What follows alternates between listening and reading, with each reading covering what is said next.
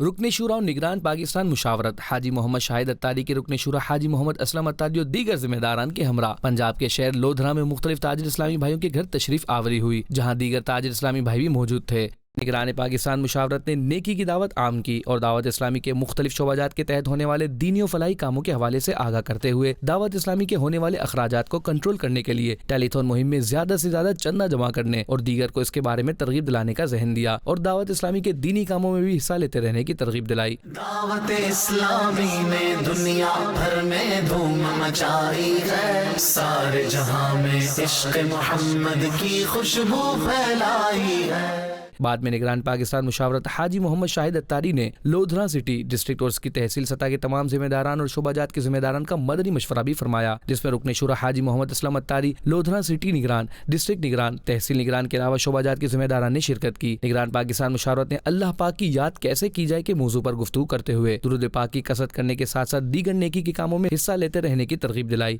رکن شورا نے ذمہ داران کی ٹیلی تھون کے حوالے سے رہنمائی فرمائی اور زیادہ سے زیادہ ٹیلی تھون جمع کرنے کا ذہن دیا۔ آخر میں نگران پاکستان مشاورت نے بہتر کارکردگی لانے والے ذمہ داران کی حوصلہ افزائی فرمائی، دعا کی اور ملاقات بھی فرمائی۔